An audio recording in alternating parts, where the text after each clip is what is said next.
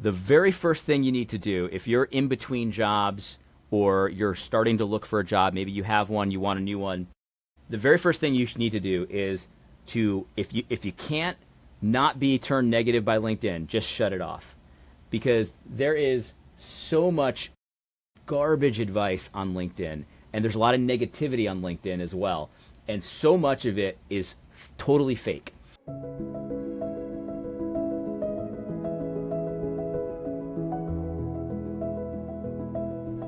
Welcome to Plan to Prosper, where we exist to honor God by helping faithful servants steward their finances wisely and build wealth that endures for generations. Logan, we're here for another episode, and we teased this a couple weeks ago, but now it's actually happening, and we're excited to have a guest with us today, Adam Robles. Super excited. Adam, thanks for joining us today. Glad to be here. This is awesome what you guys are doing. Thanks, man. So just kind of right off the bat, for anybody that's listening that doesn't know who you are, can you just give a quick overview? Where are you from? What do you do? Tell us a little bit about yourself to kick things off. Doesn't have to be too quick. Yeah. True.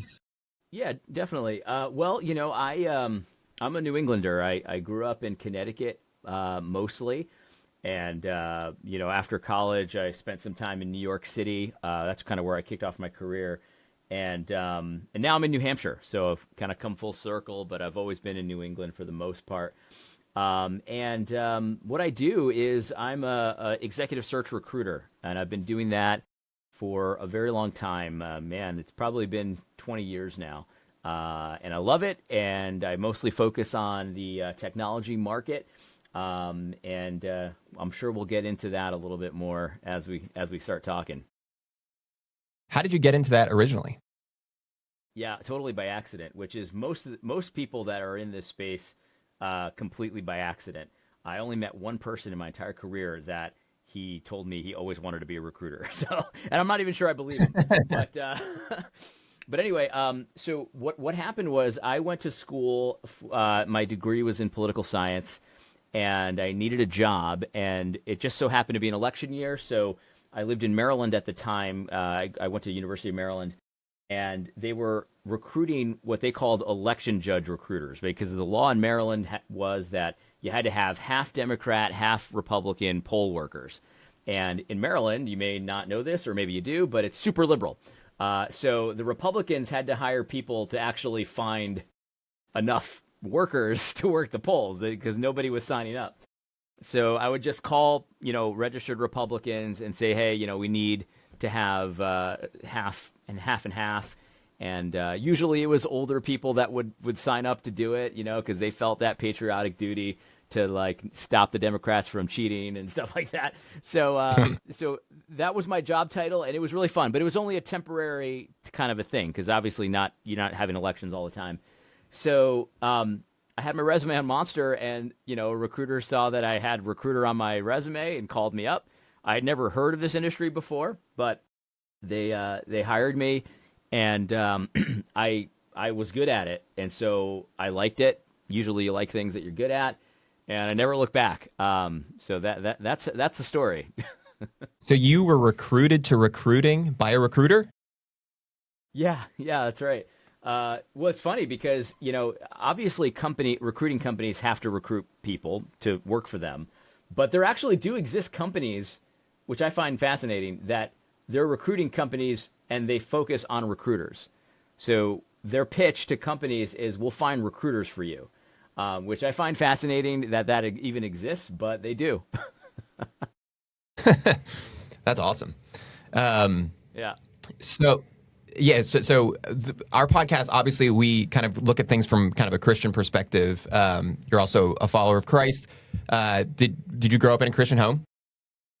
I did. Yeah, I did. Actually, I was just recording a podcast episode of my own where I kind of told a little bit of my origin story. But I grew up in a Christian home. I have a brother and a sister, and out of the three of us, I was the one who kind of just went through the motions. Like I did what my parents wanted me to do just to avoid controversy. But as soon as I was out of their home, I just did whatever I wanted. I never really believed. But and predictably, I kind of made a mess of my life after college, right? So I'm still very grateful for growing up in a Christian home and a Christian culture, because when I finally did come to the end of my rope, there was no debate like where I had to go in order to get my life together, right? Like I knew I needed the Lord's help, and the place to find that would be to go to church. So, yeah, I did grow up in a Christian home. Very grateful for that, because when my senses came back to me, I was like, oh, I know what I need to do. You know what I mean? Yeah. Yeah, it was very, very good. My parents are believers to this day. My grandparents are all believers. So I've been very blessed in that way. Awesome. That's awesome. How has your faith shaped what you do as a recruiter? Yeah, so this is another good story, because I came to faith after I was already, pretty well into my career. And one of the things, so I was always pretty good at what I did. And so I kind of naturally had a gift for it. But one of the things one of my biggest kind of besetting sins, I had a few of them, but one of them was I was extremely envious of people and very greedy. So in my business, it's a sales type of environment. So obviously, doing well and making money, putting deals together was the whole point. And I was always very good at that. But what I found was I just had a lot of anger. Like, it was ridiculous. Like, I was doing really well, but I would get mad when other people would do well also. You know what I mean? Like, it wasn't that I was lacking anything. It was that I was just angry that, man, that was my deal, like, and all that kind of stuff. Like, I should have done that. Like, hearing anybody get accolades was like, it made me angry. So anyway, I came to faith, maybe 5-6 years into my career. And what changed was that I still did well.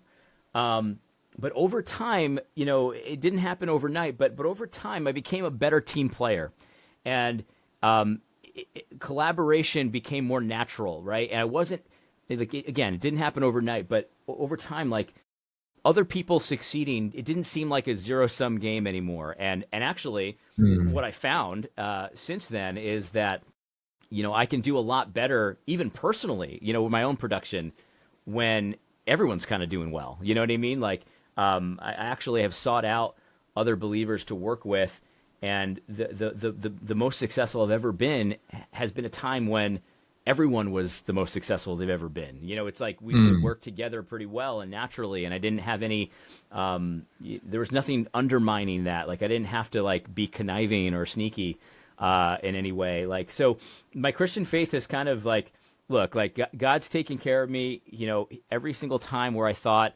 I wasn't going to be able to make enough money. I've always made not only enough, but more than enough. Like, I can trust him in that. And even in the lean times, like, God provided exactly what we needed in the lean time. So, like, now, like, when I lose a deal, it's not like in the old days, it used to be so devastating, even though it was all in my head, because I always had enough. I always had fine. I was always doing fine. But even in the lean times, like, it's not, when I lose a deal, it's like, man, that's too bad. But on to the next one. So it's kind of helped me kind of put things into perspective, that it's not like a zero-sum kind of a competition. Like, I'm always competing against myself, but it's going to be fine. In the lean times, it's going to be fine. And that attitude has kind of followed me all to this day, so much so that I'm very blessed to have people say, well, how are you still positive? Or the economy is doing poorly, or we're losing deals. And I'm like, I don't know. I've just been here before, man. Like, God's always provided. He's going to continue to provide. That's great. That reminds me of. So it's actually. I like. Sorry to cut you off, but yeah, go ahead. The biggest thing is just been attitude. Like, it's changed my attitude. Back in the day when I was doing well, like, I always had just a bad attitude, but now it's just sort of been. I'm much more steady now. I don't get too high. I don't get too low. It's a lot more steady. Yeah, I was just gonna say, it reminds me of. I like to see those, like, funny yearbook quotes that kids put in their high school yearbooks. And there's one, the only one that I can ever remember that stands out to me was this, like, nerdy looking kid with glasses. And his yearbook quote was just, "It's not enough that I win, others must lose." Sounds like that was you. That's really how I used to be. That's really how I used to be. And it was really, like, I had a lot of shame about it, because, like, I knew that was not a good thing. You know what I mean? And the people that I was, like, hating on were like this. There was this one woman, I won't name her, but she was like the nicest person in the world. And like, every time she would do something well, I would just be so mad. Like, it was just ridiculous. But Yeah, we just went through, read a book as a team, The 5 Dysfunctions of a Team, and that kind of spoke to a lot of that there was this tendency, I think, for people to focus solely on their own performance when working in the context of a team. That doesn't really help a team propel forward. And we kept thinking about, like, the sports analogy makes sense. Somebody that's accumulating a lot of stats individually while their team's 0-16, like, that's not really all that helpful. And so, I think what you're kind of pinpointing here, like the ability to work well as a team. And I think you can even relate that to like a team of believers. Like, we're not necessarily on the same team as another Christian financial advising company, but we're on the same team as believers trying to build the same thing. Yeah, 100%. And there's also like a sense of entitlement that comes with the attitude I used to have, where an entitlement is so poisonous, not only to your own soul, but to any team. You know, anyone who's got a team where there's entitled people, it's just a disaster. Yeah, that makes sense. Real quick, just back to personal. Just can you tell us a little bit about your family? You're married, kids? Yeah, definitely. So I'm married. I have 4 sons under the age of 11. So it's a lot of fun, and there's a lot of energy in the house, and it's just a real good time. Are you training your sons to be recruiters? Yeah, not yet, but I have a vision where I do have my sons kind of help me out with it, and if they want to do it, it's definitely a way to provide for their families. It's a lot of fun, and that would be awesome to me, but we'll see what happens. Yeah. If the AI doesn't take over recruiting, that's how it goes. So what does your job look like on a day-to-day basis? Yeah, good question. So I'm talking all day. So I have, so many conversations with different kinds of people. Sometimes they're, business owners or managers in companies, looking for people. Sometimes it's candidates looking for jobs. So basically, I'm on the phone, the majority of the day. And so what's cool about that is it allows you to really understand how a lot of industries work, how people think, how businesses operate. I often feel like when I'm helping a business find employees, that I'm kind of part of the team. So there's a lot of pride, I think, that goes into helping a good business grow and be successful and build new products and things like that. I could tell stories of many companies that without my efforts would have been in a tougher spot, and it's so fun to see that and to watch other companies succeed. So it's just it's a good business to get into if you're interested in people that are building things. Everyone's like interested in like Elon Musk and stuff like that. We like those people because they turn an idea in their head into something real, and that's so cool. Like that we can participate in something like that. Something just starts as an idea and becomes reality. And so in a small way, I'm seeing how that works, and in the kinds of people that are required to make that work. It's a lot of effort, and it's a lot of fun. So my day is mostly spent on the phone, and I try to talk to as many people as I can every day. Of course, I'm also doing research and finding the people to talk to, which is kind of cool too, because it almost feels like detective work sometimes, because the information is there, but it's not necessarily easy to find all the time. So I'm trying to strategically target who to talk to, how do I get to the person that I need to get to. There's a sales aspect to it, which I find really fun also. Although I always tell people I'm a better recruiter than I am a salesman, but I enjoy the sales thing more. It's just more fun. So variety of things. It's always different because you're dealing with people. It's not like selling a product where it's got the same specs every time.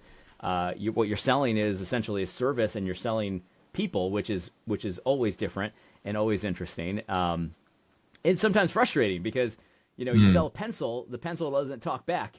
The pencil doesn't know it's being sold. Like it doesn't have desires or wants or needs or families and things like that. When you're dealing with people, there's a million variables all the time. So it can be frustrating, but it also makes it fun. Yeah. As somebody who has both successfully and unsuccessfully employed people in the past, there's an easy kind of, all right, here are the requirements, degree, years of job experience, all that kind of stuff. What's your advice for trying to figure out culture fit? Yeah, definitely. That's the big thing, right? Because you're right. You could check the checklist box and someone could be perfect on that checklist, but they end up not being the right hire, right? That happens all the time. This is why companies like mine even exist, because that's the trick. So the way we do this is we work with our customers to we find out as much as we can about the company culture, and we do this. The best case scenario is to talk to the manager, of course, but also we try to talk to the manager's top producers as well, who the prototype best hire that you have is, and we talk to them about how they see things. And sometimes there's a little bit of a difference, right, of what the manager thinks makes someone successful and what actually makes them successful, and that's fine. So we talk to people to find out what it's like, and then we try to craft questions that are not really yes or no questions. Sometimes they're opinion questions. Sometimes they're just stories that we ask for a story from the past, and they're questions that are meant to sort of get responses that are real life. Not something you can get on an AI chatbot. On the side when you're interviewing. So and when people start talking about themselves and stories, they accidentally give you so much information, right? Because they're talking about a real story, and so what really happened is not usually censored. Sometimes good candidates can sometimes censor it a little bit and spin it the right way, but it does give you a lot of information. We use that to sort of kind of try to hit the main points of a company's DNA. I like using the word DNA better than culture, because culture has all kinds of there's all kinds of dangers with the word culture. So I use DNA usually, although culture is fine. But we try to hit the main top 3, 4, 5 points at the most through questions like that, opinion questions, and then we want the candidate to tell stories about their past. And it's not an exact science, but it does give you a real flavor for it. And one of the things that I do as well, which is a little different than some staffing companies, I love using video. So this is something I do all the time. I'll ask these questions and record them. And I'll tell the candidate I'm recording these answers. And we provide those to the customer so that they get the stories straight from their candidate's mouth, not from a recruiter who knows how to censor things. You know what I mean? Right. So that's the way to do it. It's got to be questions that are not yes or no. They're not obvious answers where maybe even, what did you do in X situation? You could see both sides of it. Like there's no really wrong answer. You just want to see how this person operates in real life situations where there could be more than one answer that is acceptable. That kind of stuff helps a lot. It's all about what they've actually done in real situations, what their real opinions are on things where there's a debate going on. Those are the most fun questions, and they tell you a lot. I'm curious, Adam, how do you reconcile? So we have experienced this where it feels like somebody's a perfect fit for what we do, and everything this is exactly the right move, and then it ends up maybe not working out. And I'm sure people have all experienced this, whether at their own companies or they've seen this, where somebody comes in and they seem like the perfect fit and then it doesn't work out. How do you reconcile, when you think about God's sovereignty over these things? Of course he's sovereign, but sometimes it feels like God was sovereign in bringing this perfect person and then it wasn't. Now, God is still sovereign over that, and that there's still something to be learned from that. But how do you handle that, or how do you think through that as a Christian while also recruiting people and trying to find the right fits? But sometimes it's just not. Yeah, that's so true. I mean, and honestly, no matter, I've just talked about the kinds of questions that we use to try to mitigate this as much as possible, because really there's no such thing as a non-risk hire. Every hire that you make, there's some risk there. But what we're trying to do as recruiters is to try to de-risk it as much as possible. So one thing that I've always thought, and this happens because I lose deals. I told you I used to get so mad about it, But what happens is that you got to remember that in any given situation, like our minds can't fathom much beyond our own experience, right? Like we can a little bit sympathize with other people and try to see things from their perspective, but it's very difficult for us to do that. God is always doing a million things at once, all the time, right? So, bringing someone to your company that doesn't work out, we often think of, okay, well, what's God trying to teach me? And he is trying to teach you something. You should learn from that. And maybe there's something that you didn't see, or maybe you had rose-colored glasses and there were some warning signs that you just kind of overlooked. I had an experience like this just recently. He's probably trying to teach you something, and you can learn from it and apply it to the next hire or apply it to your business in the future, whatever the case may be. But you also got to remember, he's also teaching that person something, right? Like you never know what's going on in that person's life. Like it could be something we have no idea. Like he really could be the perfect person, or she could be the perfect person, whoever the case may be. But maybe the timing wasn't right, or maybe there was something going on in their life that this needed to happen, and God chose to do it this way. Like there's always a million things going on at any given time, and we're aware of like a couple of them, And so when you think of it from that perspective, I'm not going to say it makes it easy to swallow, but you can kind of understand. And I think even think about your own life too. Like there was one time, I always tell this story. There was one time when I first went out on my own. I was working for a multinational recruiting company for a while, and then I decided to go out on my own. And it was a struggle at first. It's hard to get something going on your own. And there was like a 3-month period where I didn't do any deals at all, And I'd planned for it. I had a bit of a war chest built up, so like I wasn't like that, hard up, but I was stressed out, right? And I also was just about to have my first son. So this is like 11 years ago. And so I was stressed out. And then I started getting some deals. I started getting some traction. And what happened was we didn't have insurance and all that. So my son was going to be born. And so the woman asked me, are you insured? I said, no. She said, okay, well, if you're going to pay with cash, we have a lot of discount programs. So tell me what your income was the last 3 months. And so it was zero. I mean, it was literally zero, So I was like, look, it was zero, but like this month, it's not going to be zero. It's going to be significant. And she's like, I don't care about this month. What are the last 3 months? Zero. So she goes, oh, okay. So it'll be free. The delivery will be totally free. And I'm like, man, like that, like, so you don't often hear the result of why did God have me go through this 3-month period of making $0. But in that moment, I was like, wow, that was a big blessing because, the delivery was going to be expensive. You know what I mean? So I happened to have that answer pretty quick. And I was so grateful to God for that. We don't often get the answer, but there's always things like that you think about in your past, Yeah. That's great. Thank you. Yeah, well, we are obviously, this is like I said, a Christian podcast. We're trying to help believers. Again, our mission is to steward their finances wisely. And you can't really steward finances if there's no finances. And for most of us, the way that we get our finances is through a job of some kind, whether we're an employee or an employer building a business or whatever that looks like for everybody. But for people that are employees, and maybe somebody that's listening is going through a job transition right now, I kind of want to get your best expertise and insight on how to navigate this season well. If somebody's maybe they're just trying to find a new position, or they're just trying to maybe navigate a career change or anything like that, looking for a new job.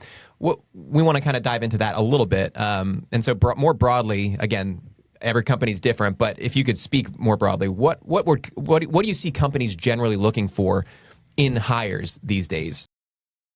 Okay, I will definitely answer this question, but I want to give a little bit of advice that's a little different than the question you asked at first. The very first thing you need to do, if you're in between jobs or you're starting to look for a job, maybe you have one, you want a new one, the very first thing you need to do is to, if you can't not be turned negative by LinkedIn, just shut it off.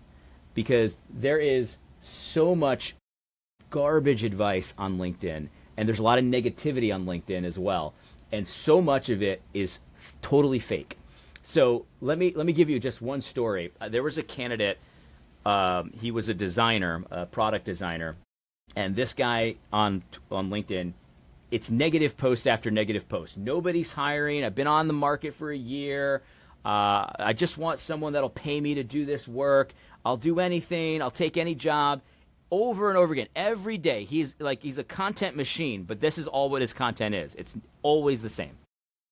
So I saw him, and he was always on my feed. I actually had a job that he could be a pretty good fit for, right? So I reached out to him, and he set up a meeting with me, and he canceled it at the last second. And he said, well, I'm actually not that good a fit for it because of this reason. And I said, hey, that reason is not a good reason. They don't need that experience, And he said, no, I'm just not a good fit for it.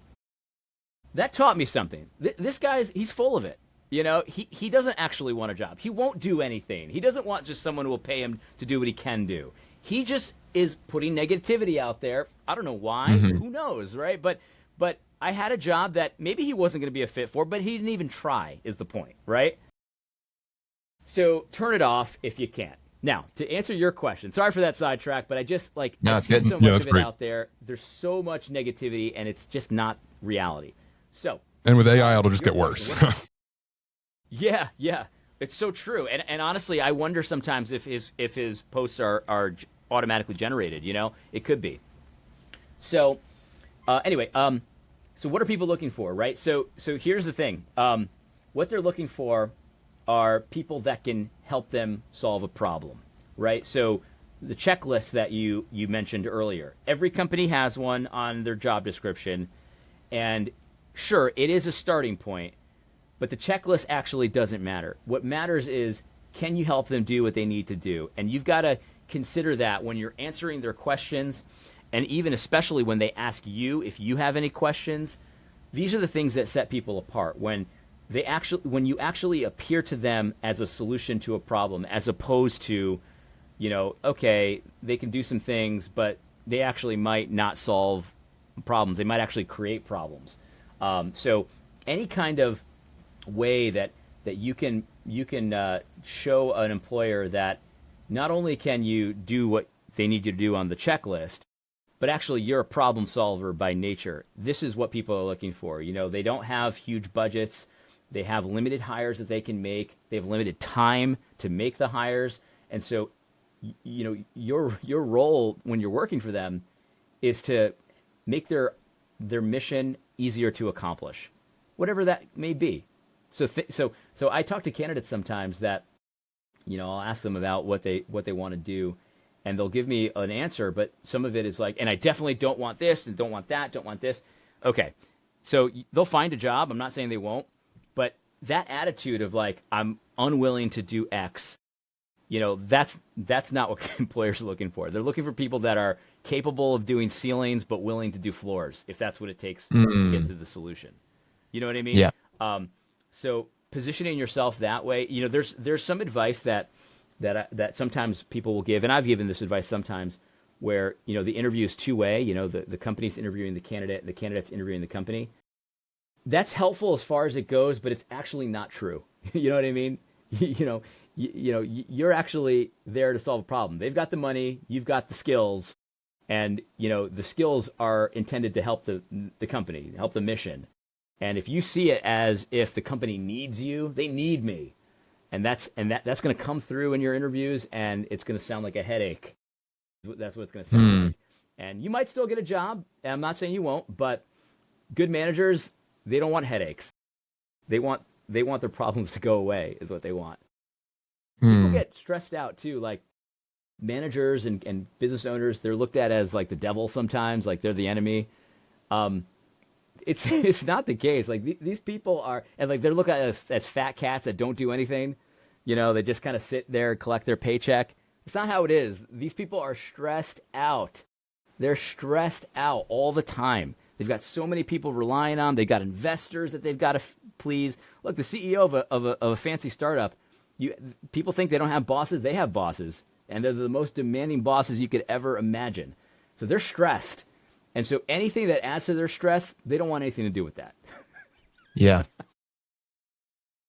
So how do you kind of toe that fine line of not coming across as you need me and being entitled in your interview while also demonstrating the confidence that you do need me. I'm gonna solve your problems and doing it in a way that answers their needs.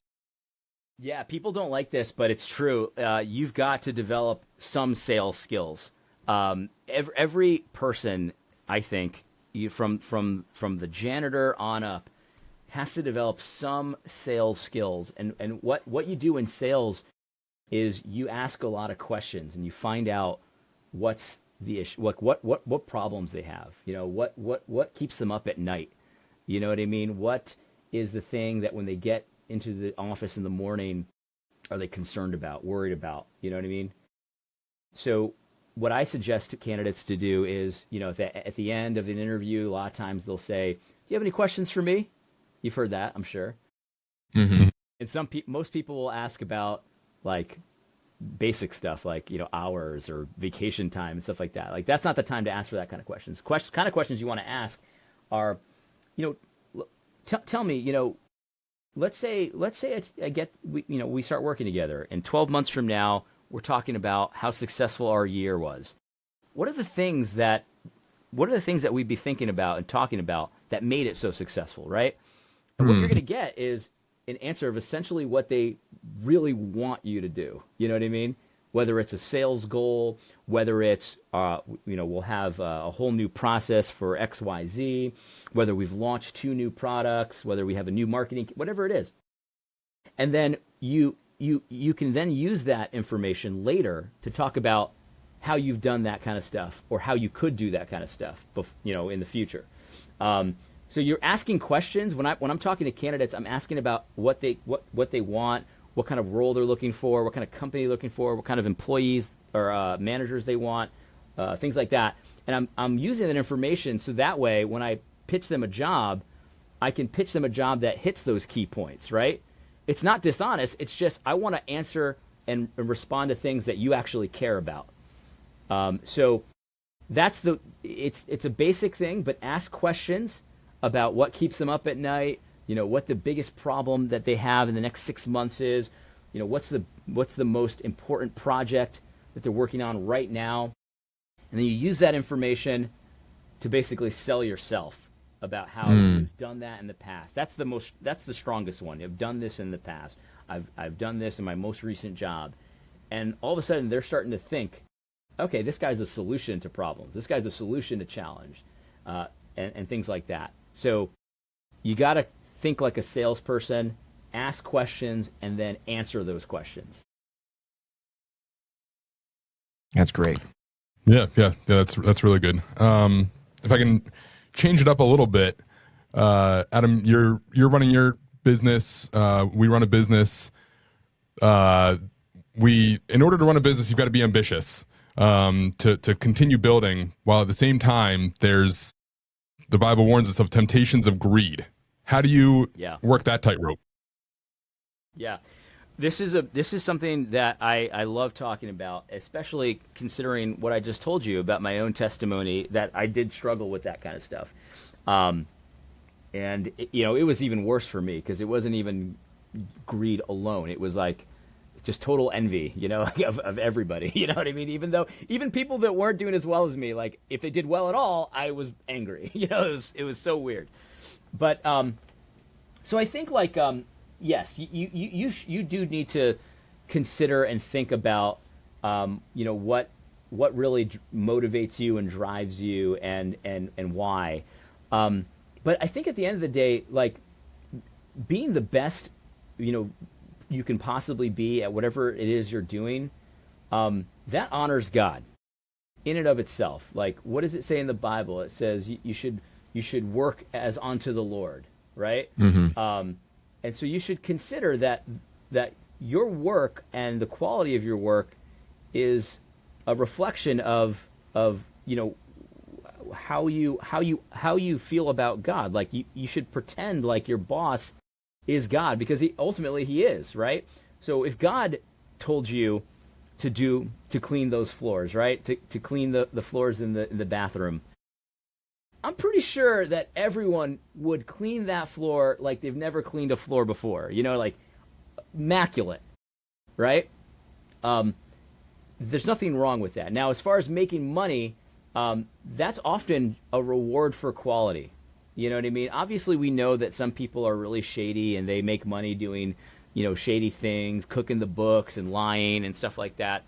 I mean, if you're doing any of those things, if you're being conniving or lying, then that's a sure sign that you've turned money into a god, But if you're just doing the best you can and you're rewarded for that work, that is just an extra bonus, right? And that it's also can be a sign that you're doing pretty quality work, and so you should reap those benefits. Now, what you do with the money also kind of reflects, how you feel about the Lord, right? God wants his people to be generous. And if you're making a ton of money, doing a great job, whatever you're doing, and you're just hoarding it, all for yourself, and, you're stingy and you don't give anybody anything and all that, well, there's a sign, right? But I think a lot of the Christians that I know that are very successful, despite what the pagans would say, are the most generous people in the world. They make a lot of money, they have a lot of investments, they have a lot of property, but they're also very generous. And so I think like the best way to work this out, well, the best way I think is if you have a wife that can be honest with you about things. If you don't, like, get other brothers to look into what you're doing, and they don't have to be all up in your finances at all times, but you just ask them. You say, hey man, like, I'm doing really well, and I'm concerned about this. Can you just, keep an eye on me? And if you see any tendencies that kind of tend towards like maybe being a little greedy or whatever, just let me know. Get people in on it. And people, they'll help you. I mean, they really will. They'll be surprised you asked, but they'll be honest with you. But I think that this fear is, for most, maybe I won't say most, but for many Christians, this fear is completely overblown. Christians who've been Christians a long time, they tend to not have an issue with this. And so you shouldn't shy away from trying to make money. I try to make money. I try to make as much as I can. And I don't want to be dishonest about it. I won't take money from certain companies. I remember one time I had someone reach out to me and said, hey, I got a big account. I want to partner with you on it. And it literally was Planned Parenthood. And I was like, no way. I can't do it. They were very surprised because it was a high value account, but they were like, okay, I get it. Like, that's fine. So, most people kind of naturally are going to be a little bit hesitant to try to make money because of so many things that they've heard from pulpits and people. But I think that in general, you're fine to try to make as much as you can. You know what I mean? Mm-hmm. And just get people to help you. Get people to help you. Look at people that know you. Ideally, a pastor, a wife, brother that's close. And I think people will be honest with you if you're tending too far the one direction. Your pastors will That's know. great. I mean, because are you tithing or not? Like, are you giving money to church or not? Like, they'll tell you. It's like, oh, you're doing really well. Well, then how come I don't see your name here?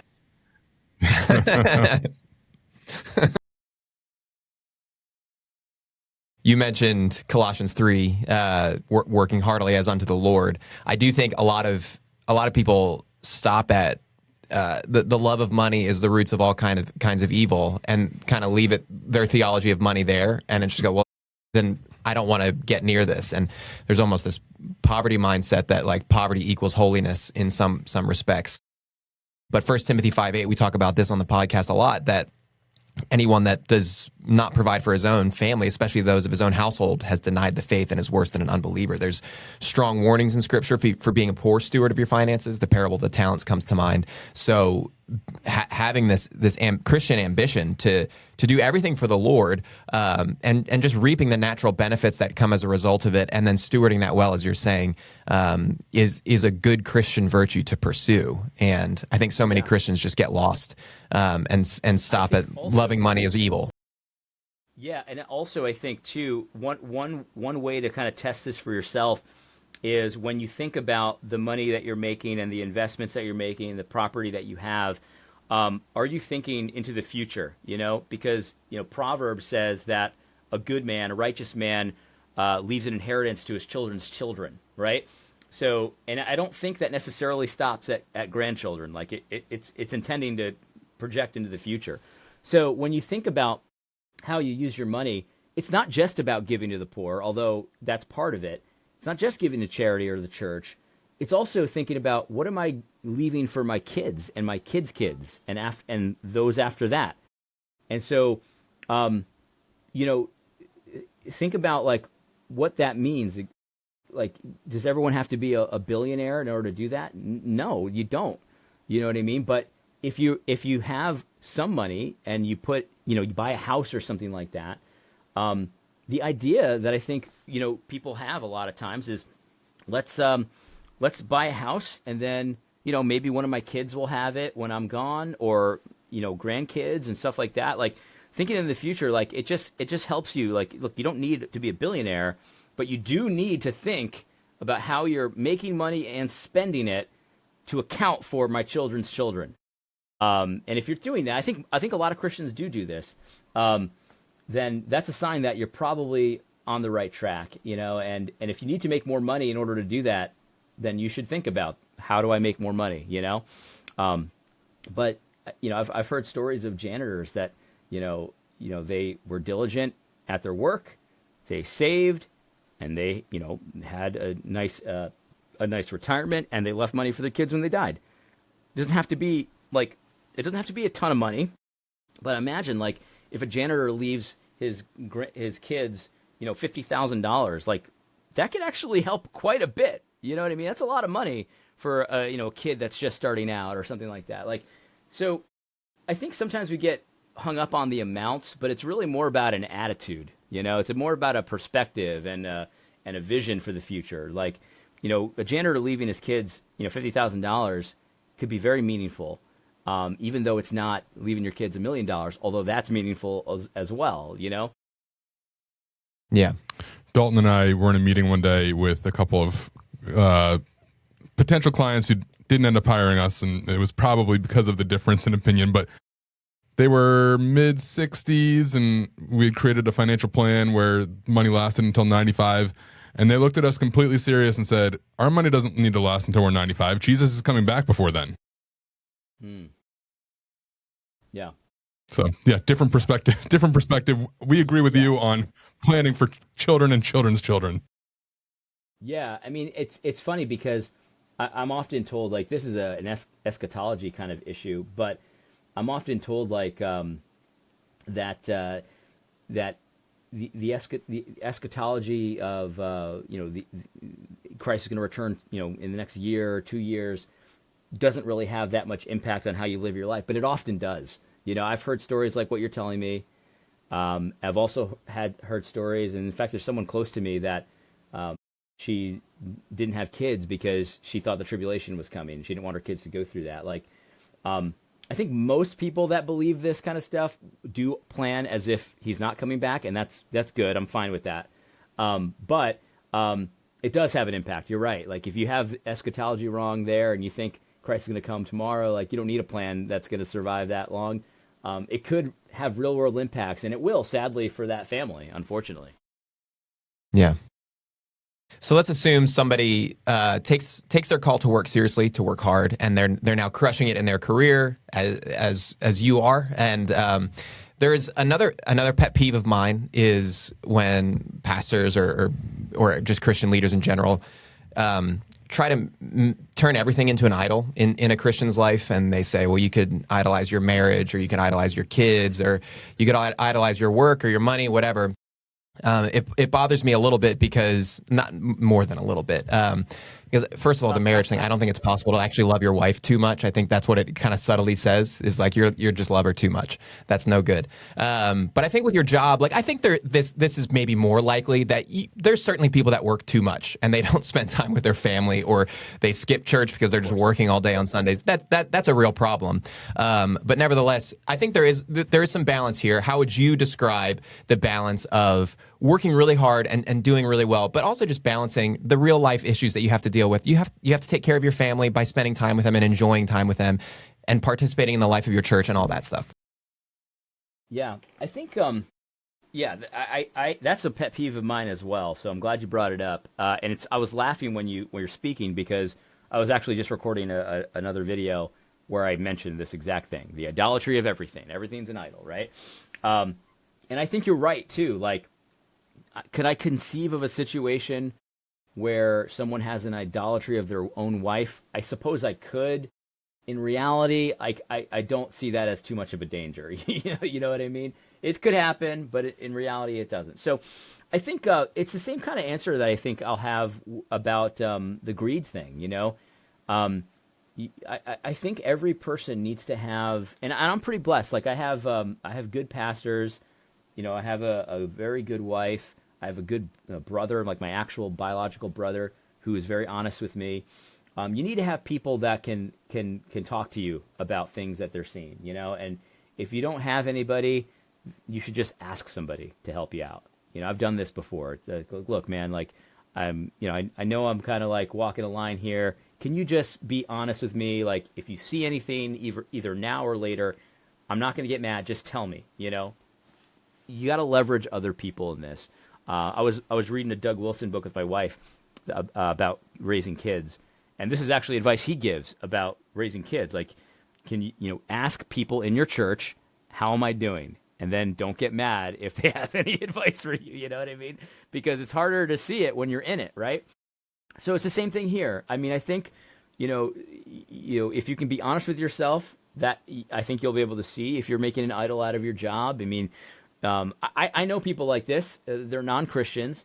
The ones that I know, I talk to CEOs of startups all the time, and it's pretty obvious that they're doing this. You know what I mean? I don't think people realize, like, how much you have to be obsessed with your business to be crossing this line. Like, these people will, they don't go home. Like, they go home at like 9, 10 o'clock and then go to sleep and then go to work at 4 a.m. You know what I mean? Like, they miss their kids, graduations in order to meet with an investor. It's very extreme, the level that you have to get to get to this point. And for these unbelievers, like, I kind of get it. Like, I kind of understand, like, why they don't think twice. Like, it's not right, but I understand. Anyway, so honestly, I don't even think, like, work-life balance is a good word. But I've heard some people talk about, like, they don't even believe in work-life balance, like Christians, because work is just kind of integrated into your life. Like, it's part of your life, So it's not, you can't balance your life against your life. It's just part of your life.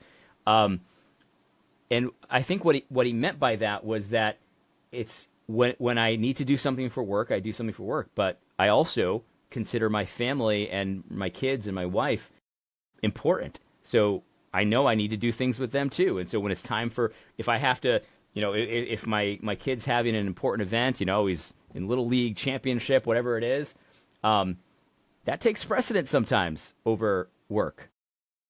I mean, it's just part of my life and I just do it.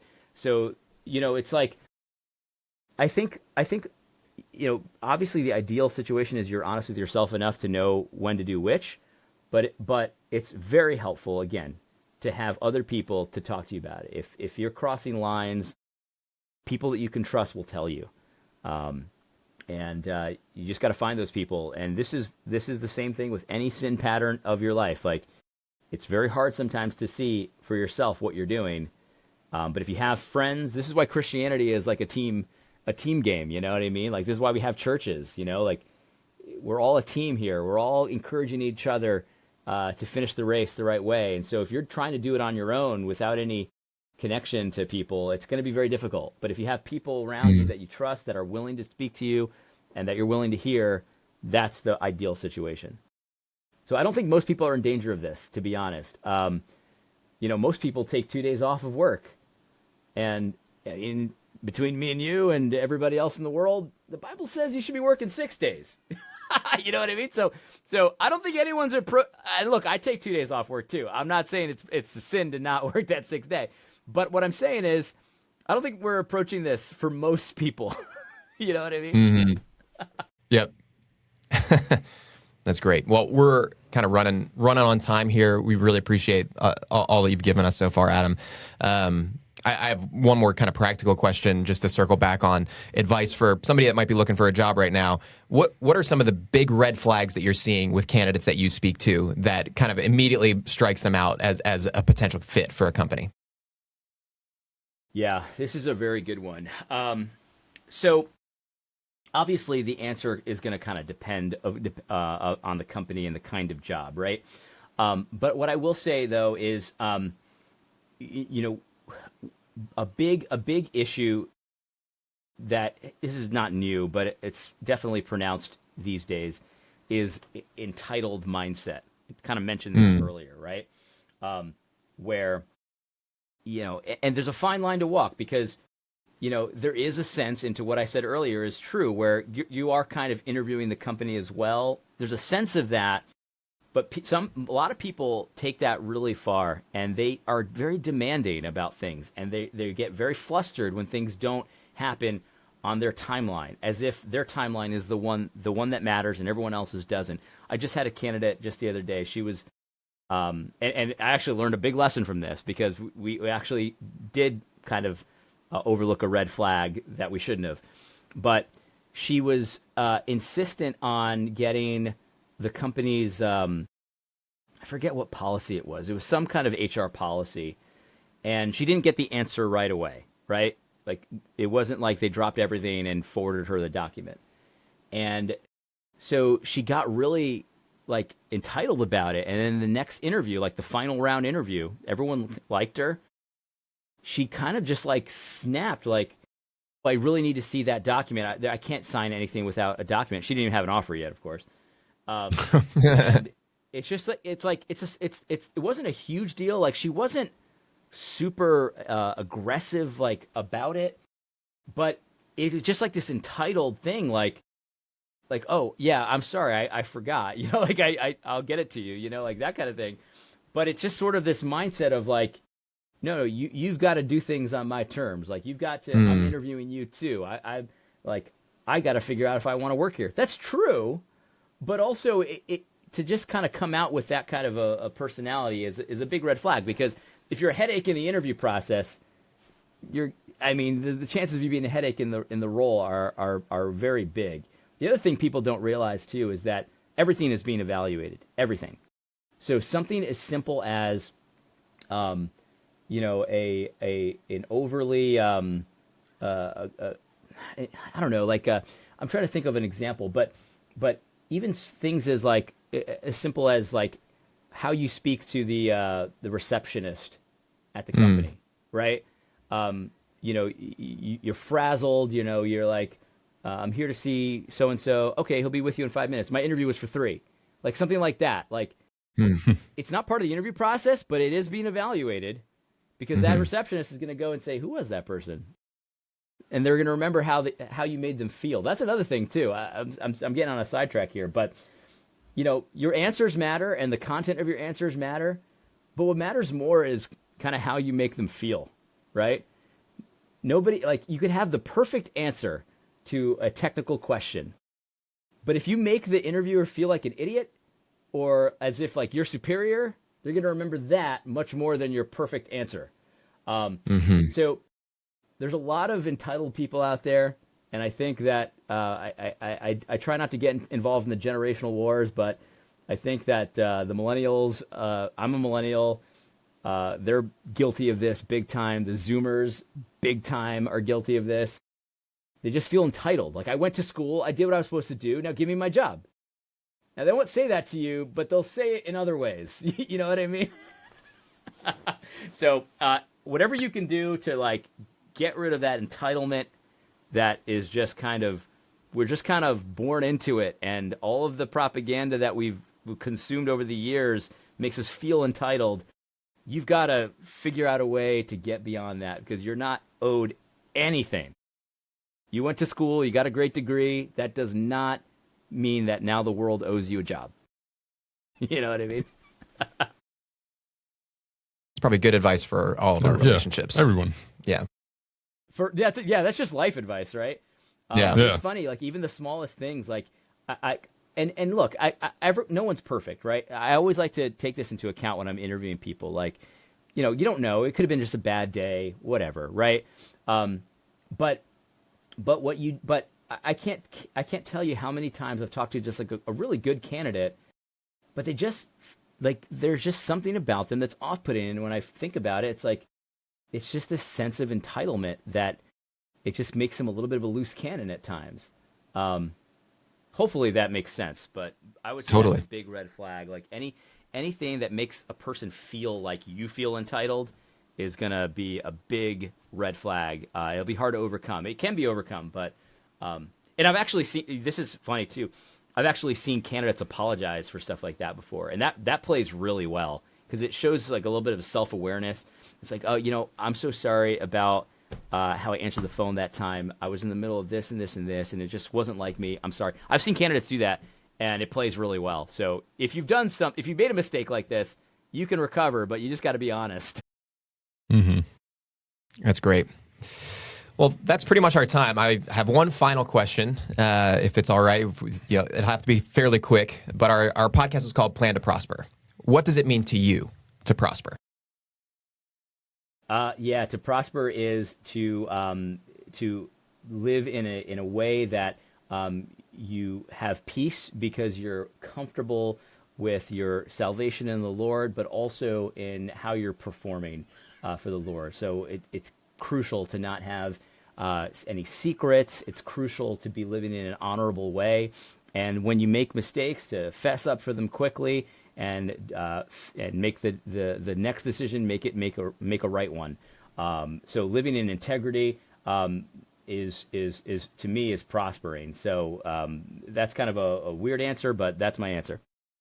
That's great. Yeah, that's great. For people who don't know, where else can they find you? Yeah, well, I mean, my company's website is covenantrecruiter.com, and it's a great website. It's got a lot of information on there, and you can book a call with me if you want to. I'm also on YouTube, AD Robles, ADROBLES, and that content is Christian and political content, which is how most people know me, but you can find me in both places. Awesome. Thank you so much, Adam, for your time. We really appreciate you coming on, and this was great. It was really helpful. Yeah, absolutely. We loved it. Thanks, man. God bless. God bless. Investment advisory services offered through Stonecrop Wealth Advisors, LLC, a registered investment advisor with the U.S. Securities and Exchange Commission. This material is intended for informational purposes only.